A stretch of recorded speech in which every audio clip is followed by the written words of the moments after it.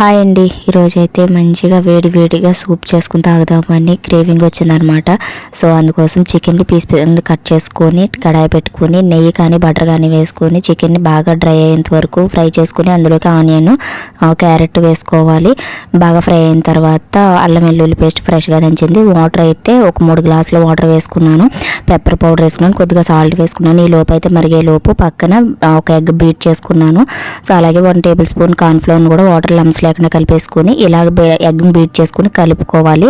ఇలా కలిపేసుకున్న తర్వాత సాల్ట్ చూసుకోవాలన్నమాట. పెప్పర్ కూడా వేసేసుకున్నాను. అలాగే కార్న్ఫ్లోర్ వేసుకుని అది కూడా కలిపేసి బాగా మిక్స్ చేసుకొని soya sauce 1 tablespoon, vinegar, tomato sauce, chilli sauce వేసి బాగా కలిపేసుకొని ఈ థిక్నెస్ వచ్చేంత వరకు కలిపేసి బౌల్లో సర్వ్ చేసుకుంటే వేడిగా సూప్ రెడీ అనమాట. టేస్ట్ అయితే రెస్టారెంట్లోనే వచ్చింది.